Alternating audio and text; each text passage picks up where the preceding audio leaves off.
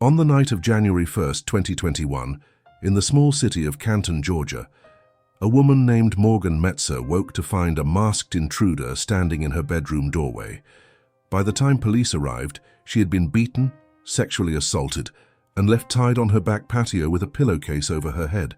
Her ex-husband Rodney discovered her moments later and called 911, presenting himself as her rescuer.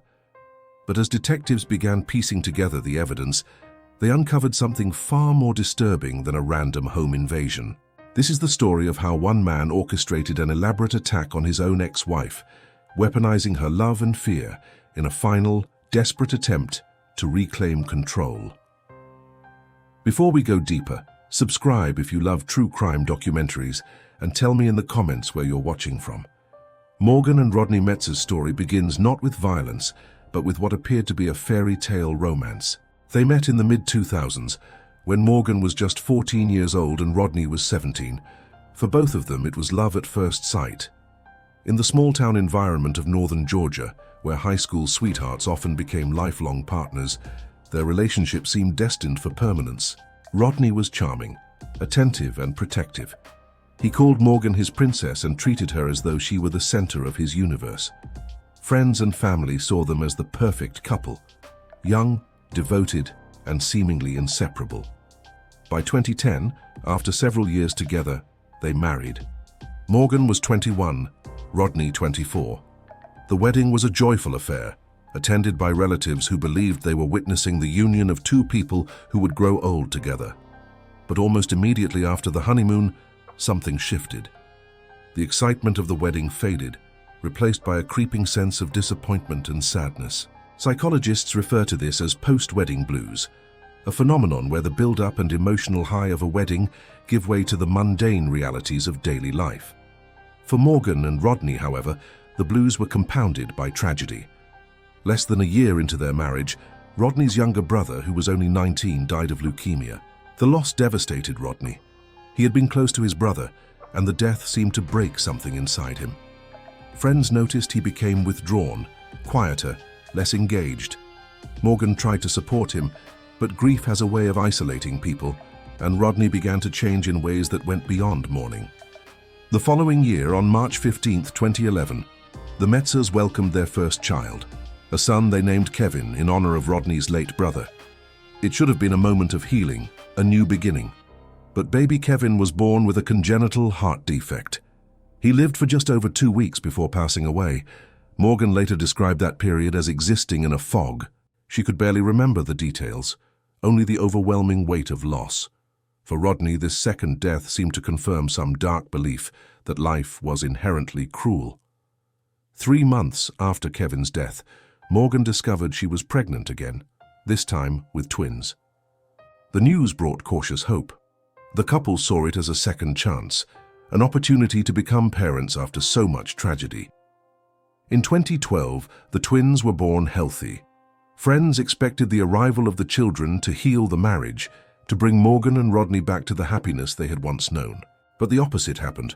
Raising 2 infants simultaneously is exhausting under the best circumstances. For a couple already strained by grief, it became unbearable. Morgan and Rodney were emotionally and physically drained. To outsiders, they still appeared functional, even happy. But behind closed doors, psychological abuse had begun to take root. Morgan would later admit that Rodney had always been a manipulator, though she hadn't recognized it for years. The term gaslighting, coined from a 1944 film in which a husband manipulates his wife into doubting her own sanity, describes a form of psychological abuse where one person systematically undermines another, his perception of reality. Rodney was skilled at this. He would blame Morgan for things he had forgotten, accuse her of being a bad mother when she made minor mistakes, and rewrite events to make her question her own memory. If Morgan forgot to pick up the twins from daycare, Rodney would insist he had told her he would do it, even when he hadn't. If she became upset during an argument, he would later claim she had started the fight. Over time, Morgan began to doubt herself. She wondered if she really was forgetful, if she really was a bad wife. When the twins were 2 years old, Rodney lost his job. He had worked in various fields but spent much of his time day trading, an endeavor in which he lost significant amounts of money. Meanwhile, Morgan's career was flourishing. She had opened an interior design company that quickly gained traction. Her work was so well regarded that she won a city contest for the best interior design in 2020. She hired employees, including her best friend Nicole, and became the family's primary breadwinner. For many couples, this would have been a source of pride. But for Rodney, it was humiliating. His identity had been tied to being the provider, the protector. Now his wife was succeeding while he was failing. The more Morgan thrived, the worse Rodney's behavior became. The psychological abuse escalated into physical violence. Rodney had always presented himself publicly as a defender of women. He claimed to despise men who were aggressive toward women and refused to watch films depicting violence against female characters. But privately, he was becoming the very thing he condemned. One weekend, the Metzers were vacationing at a lake with friends. An argument broke out, and to avoid disrupting the group, Morgan and Rodney returned to their cabin. That night, Rodney struck Morgan for the first time. She was stunned. This was the man who had claimed to be gentle, who had built his public persona around kindness and respect. Morgan called her father and asked him to come get her and the children. But when family and friends learned what had happened, Rodney denied everything. He told them that Morgan had injured herself during a hysterical outburst, that she had been so upset she had hit herself in the face. He claimed he had only restrained her to prevent further harm, which may have caused bruising. The most disturbing part was that people believed him.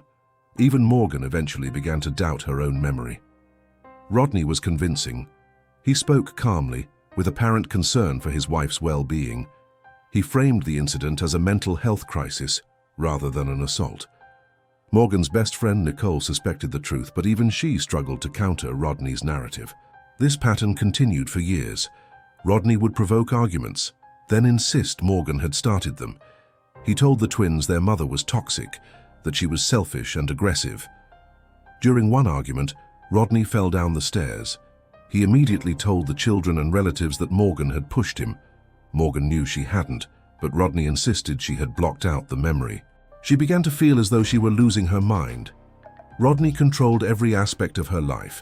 He monitored her movements, criticized her choices, and refused to accept no as an answer. If Morgan refused him intimacy, he forced himself on her. By 2020, Morgan had reached a breaking point. She filed for divorce, which was finalized in December. For the first time in years, she felt a sense of peace. But Rodney did not disappear from her life. They shared custody of the twins, and for the sake of the children, they agreed to maintain a civil relationship. Just before Christmas, they traveled together to Florida to bring the twins to relatives. To an outsider, it might have seemed as though they were reconciling. Rodney hoped they were.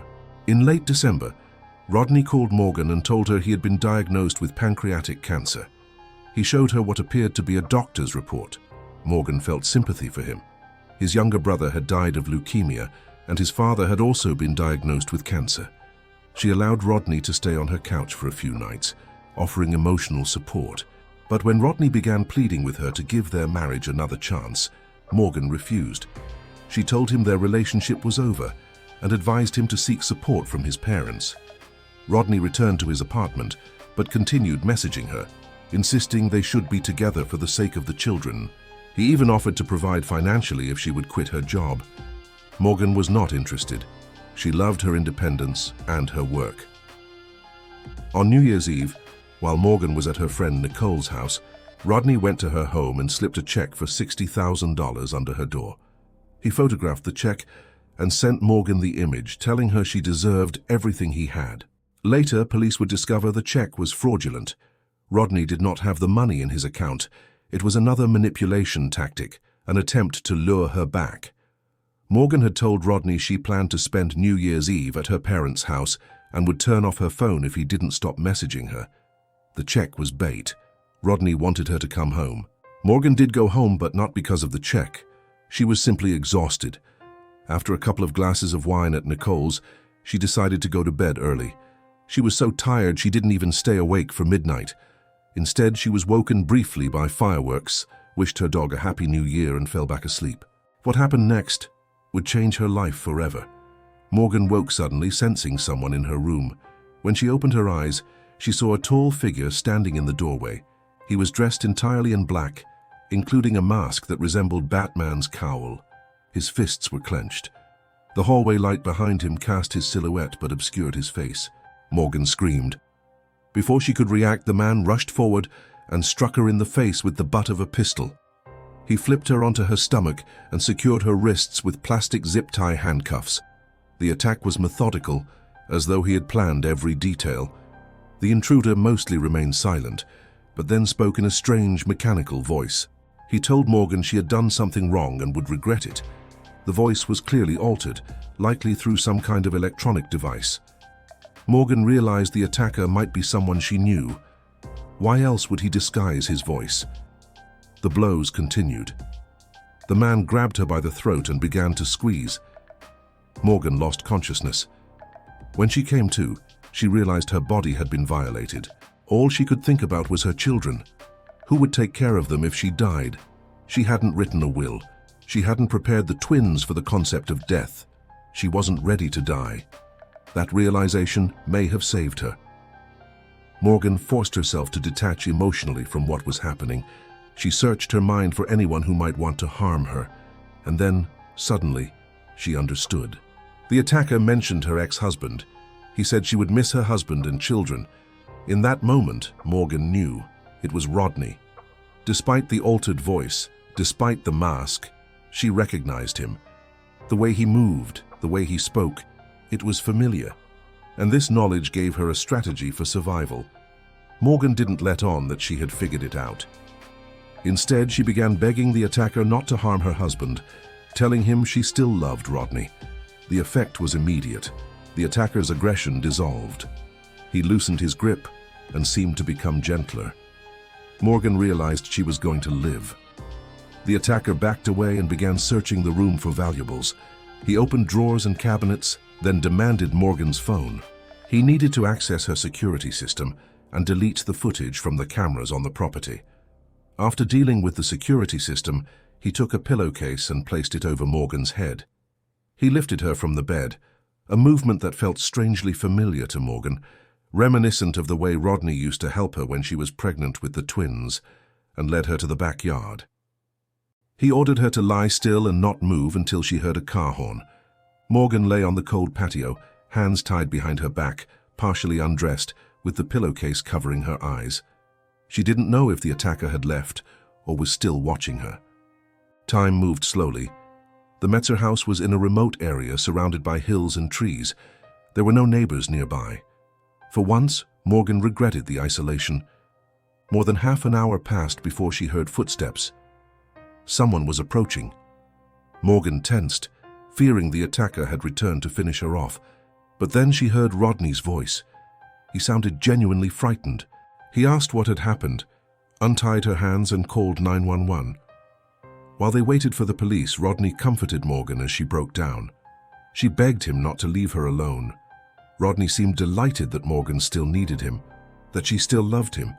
But Morgan's thoughts were entirely different. She was now certain that Rodney had attacked her, and she didn't want the police to waste time searching for a stranger. When law enforcement arrived around 2 in the morning, Rodney's behavior immediately struck them as suspicious. The timing was too convenient. How had he arrived at his ex-wife's house moments after she was attacked? When questioned, Rodney explained that he had been at his apartment when he heard someone knock on his window and say Morgan's name. He looked outside, but saw no one. This unsettled him, so he tried calling Morgan. When she didn't answer, he decided to check on her. He lived only 12 minutes away. The detectives noted that the attack appeared personal. The victim had been severely beaten, one eye was swollen shut, and sexually assaulted. This was not the work of a random burglar. When Morgan was alone with the detectives, she told them about her suspicions. She explained that although the attacker had used a voice-altering device, she recognized him by his words and movements.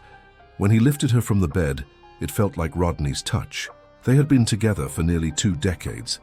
She knew him, but Morgan was afraid to reveal her suspicions to Rodney while he was comforting her, fearing he wouldn't let her live if he knew she had figured it out. Divorce is emotionally comparable to the death of a loved one. It's difficult for both parties, but especially for someone who has lost control over a partner they manipulated for years. The final weeks of December 2020 had brought Rodney a series of devastating blows. First, the divorce was finalized. Then, he claimed to have been diagnosed with pancreatic cancer. His younger brother had died of leukemia, and his father had also faced cancer. The news plunged him into despair. He called Morgan and showed her a doctor's report. Morgan felt sympathy and even allowed him to sleep on her couch. The care she showed made Rodney believe he had made a mistake agreeing to the divorce. He began begging her to take him back, but Morgan refused. After that conversation, Rodney returned to his apartment but continued messaging her, insisting they should be together. He even suggested Morgan quit her job and let him provide financially. But that wasn't the life Morgan wanted. She had just gained her independence and loved her work. On New Year's Eve, Rodney placed the $60,000 check under her door, photographed it, and told Morgan she deserved everything he had. The check was never found in the house. The burglar took it. Morgan had told Rodney she would be at her parents' for New Year's and would turn off her phone if he didn't stop messaging. The check was likely bait to lure her home. Police later confirmed Rodney didn't have the money. The check was fake, another manipulation. Morgan's greatest fear was that the detectives wouldn't believe her. She had spent years doubting herself. Rodney had convinced her friends and her family that she was unstable and aggressive. But the officers agreed with her suspicions, and Morgan felt as though a weight had lifted. For the first time in years, someone believed her. The detectives decided to verify Rodney's story. They seized his phone and found a folder containing photos of Morgan. In some, she was partially undressed, in others completely naked. She wasn't looking at the camera and appeared unaware she was being photographed. The photos were taken during the week Rodney stayed on her couch. He had secretly photographed her while she showered or changed. He had also accessed her phone without permission, read her messages, and taken pictures of her screen. When Morgan learned this, she was filled with rage. Despite Morgan's testimony and the police's suspicions, they still lacked proof that Rodney orchestrated the attack. To prevent him from destroying evidence, he was arrested for invasion of privacy for taking photos without consent.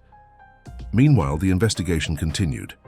Detectives obtained a warrant to search Rodney's apartment and car. They found a pistol in his car and zip ties in his apartment, similar to those used during the attack. Surveillance footage from a store showed Rodney purchasing the zip ties on December 30th, 36 hours before the attack. He paid with a debit card, though he later claimed he hadn't bought anything. Investigators also examined Rodney's internet search history. He had searched for how long one could starve to death, how to change one's voice, and how long it takes to strangle someone to unconsciousness. They also found a book in his apartment titled 7 Ways to Become the One Your Wife Has Been Waiting For. All of this pointed to a premeditated attack. Only one item was stolen from Morgan's house, her mobile phone, through which the surveillance footage was deleted. It was unlikely a stranger would know how to access the recordings unless they were familiar with the security system. The pancreatic cancer diagnosis Rodney had shown Morgan turned out to be fake. It was another manipulation tactic to regain her sympathy. After his arrest, Rodney confessed that he had planned to save the family. When the divorce was finalized, Morgan began distancing herself and he didn't want to lose her. Police suggested that by orchestrating the attack, Rodney had several goals. First, he wanted Morgan to feel unsafe without him. Second, he wanted to be her savior. However, such attempts to win back an ex-partner often end in death. In Morgan's case, things could have ended far more tragically. Examining the evidence, detectives discovered Rodney's plan was even worse than they initially thought. He didn't deny searching the internet for ways to change his voice, but claimed he thought his voice was not masculine enough.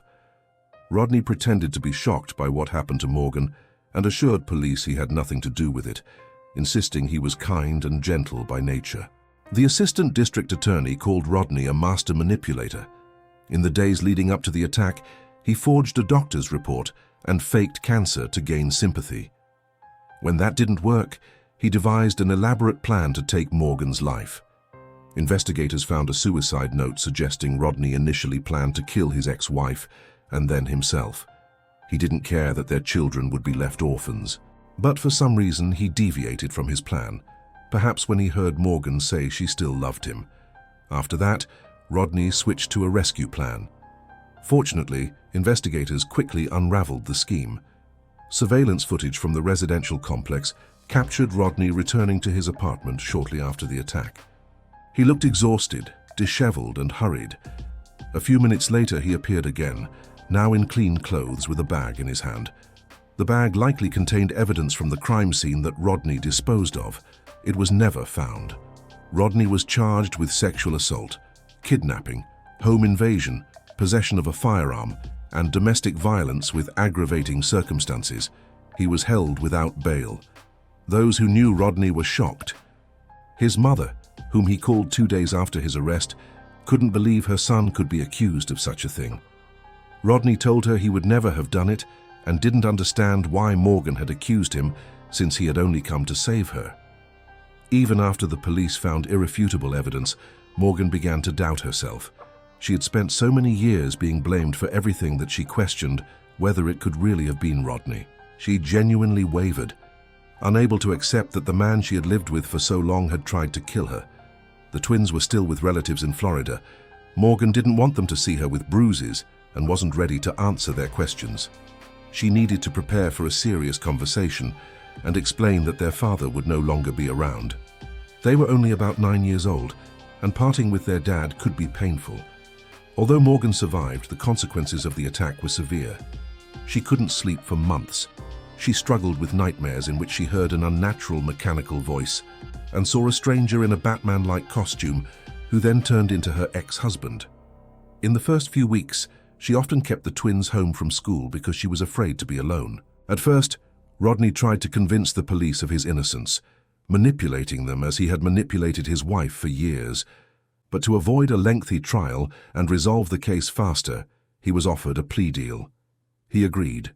8 months after the attack, on August 4, 2021, Rodney Metzer pleaded guilty to 14 charges related to the attack on Morgan and the photos taken without her consent. During the hearing, Morgan was finally able to tell her ex-husband everything that had built up inside her. Her victim impact statement was a way to show the world who Rodney really was, to let people see the real man behind the mask. Morgan said that as horrific as the attack was, it at least revealed his true face, and it became a relief for her, the first step toward a new, free life. Rodney Metzer was sentenced to 70 years in prison.